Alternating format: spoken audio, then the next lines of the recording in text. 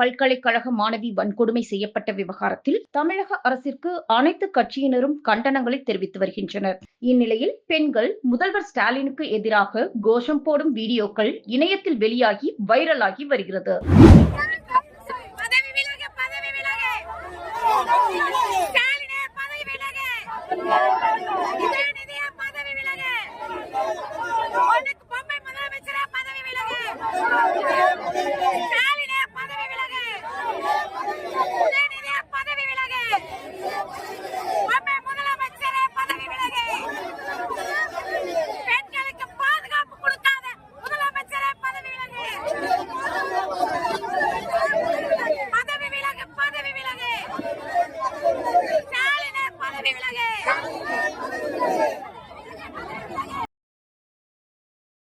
செய்திகளை உள்ளது உள்ளபடி தெரிந்து கொள்ள ரெஃப்ளெக்ட் நியூஸை சப்ஸ்கிரைப் பண்ணுங்க.